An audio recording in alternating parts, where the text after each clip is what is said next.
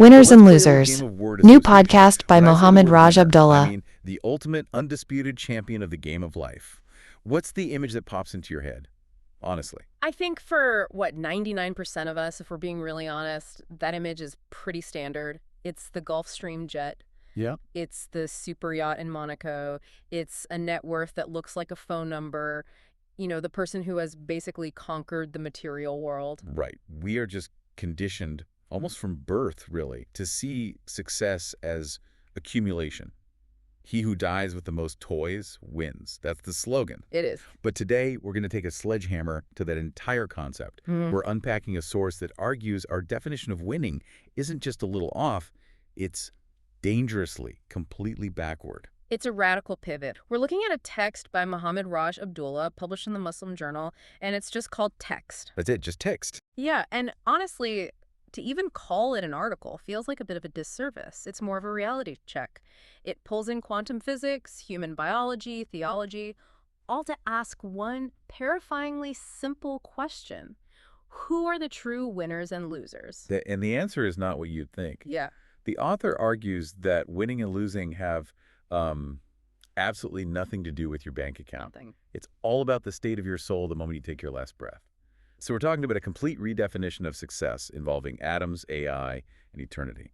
It's a heavy topic for sure, but what's fascinating is how he builds the argument. He doesn't just start with philosophy. He starts with this really stark binary. Then he backs it up with the actual physics of the human body, and then he hits you with the fragility of our whole reality. It's very systematic. So our mission today is to walk through this argument step by step. We're going to look at the 34 trillion cells in your body, the danger of treating AI like a god, and the ancient wisdom of Surah al-Mulk. It's a journey from the microscopic all the way to the cosmic. Let's dive in. I want to start with what the text calls the ultimate binary, because usually success is a spectrum, right? You're doing okay, or you're doing great, or you're struggling. But the author paints these two very stark black and white pictures. He does not pull any punches. He sets up this contrast just to show how irrelevant material wealth is in the long game. The first scenario is what we could call the trillionaire loser. Which, I mean, that sounds like an oxymoron. How could a trillionaire possibly be a loser? Exactly, and that's the point. Imagine a person who has it all. $1 trillion. They've won the capitalist game completely. Power, influence, assets. They're on the cover of every magazine. The ultimate winner, by our definition. By our definition. But, according to Abdullah, if this person dies as a non-Muslim or having committed shirk, and that's a key term we really need to define here. Yeah, break that down. What is shirk in this context? So in Islamic theology, shirk is the act of associating partners with Allah. It's idolatry, basically. It's directing that ultimate worship and reliance to something or someone other than the one creator. And the text is very explicit about this. It says, despite the $1 trillion, if this person fails that fundamental spiritual test, belief in the creator and the finality of the Prophet Muhammad's message, they are classified as an eternal loser. Eternal loser. Wow. That's a heavy label. It's not just a temporary setback. It's the forever part that matters.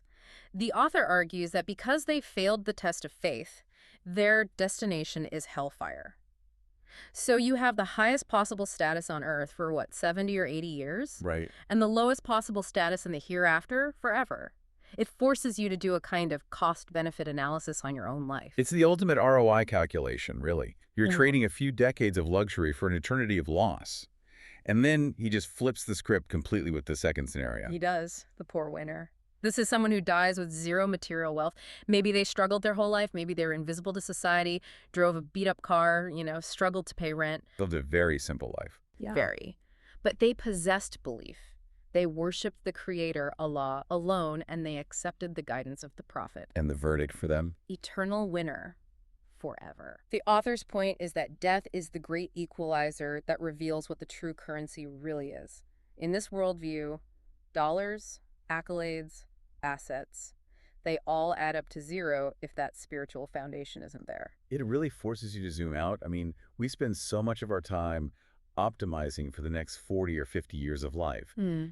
Accumulating stuff, padding the 401k. Of course. But the author is saying, okay, but what about the next billion years? Precisely. It's all about the time frame. If you believe existence is eternal, then optimizing only for the blink of an eye that is life on Earth at the expense of the eternity that follows is, well, mathematically speaking, a losing strategy. That's a great analogy. It's like you're training for a 100-meter dash when you're actually signed up for an infinite ultramarathon. You're winning the sprint, but disqualifying yourself from the race that actually counts. Now, speaking of math, this is where the text got really interesting for me.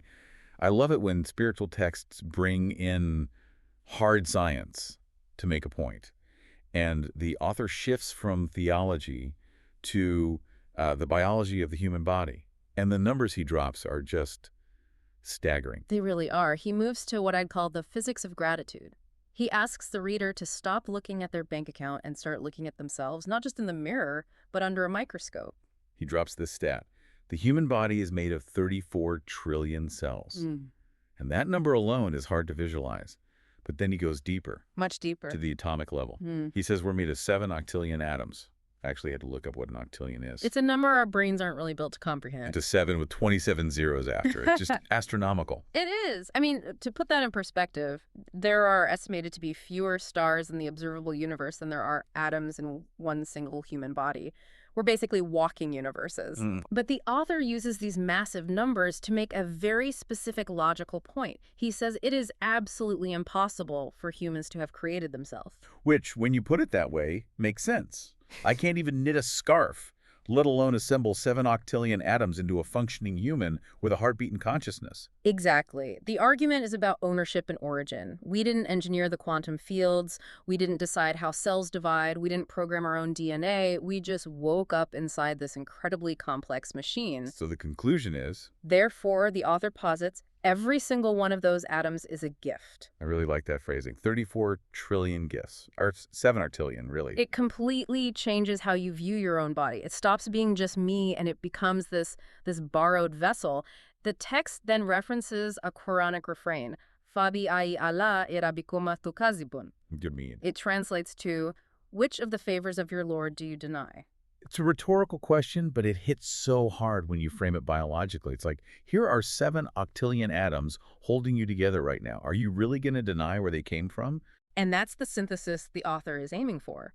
He's bridging quantum physics and spirituality, viewing subatomic particles not just as biology, but as physical evidence of divine generosity. It's an argument from design that the sheer complexity implies a designer. He's saying, look at the data. The data suggests you're not a random accident. Right. So if you didn't create the atoms and you can't hold them together yourself, then gratitude isn't just some nice feeling. It's the only logical response. Logic leads to gratitude.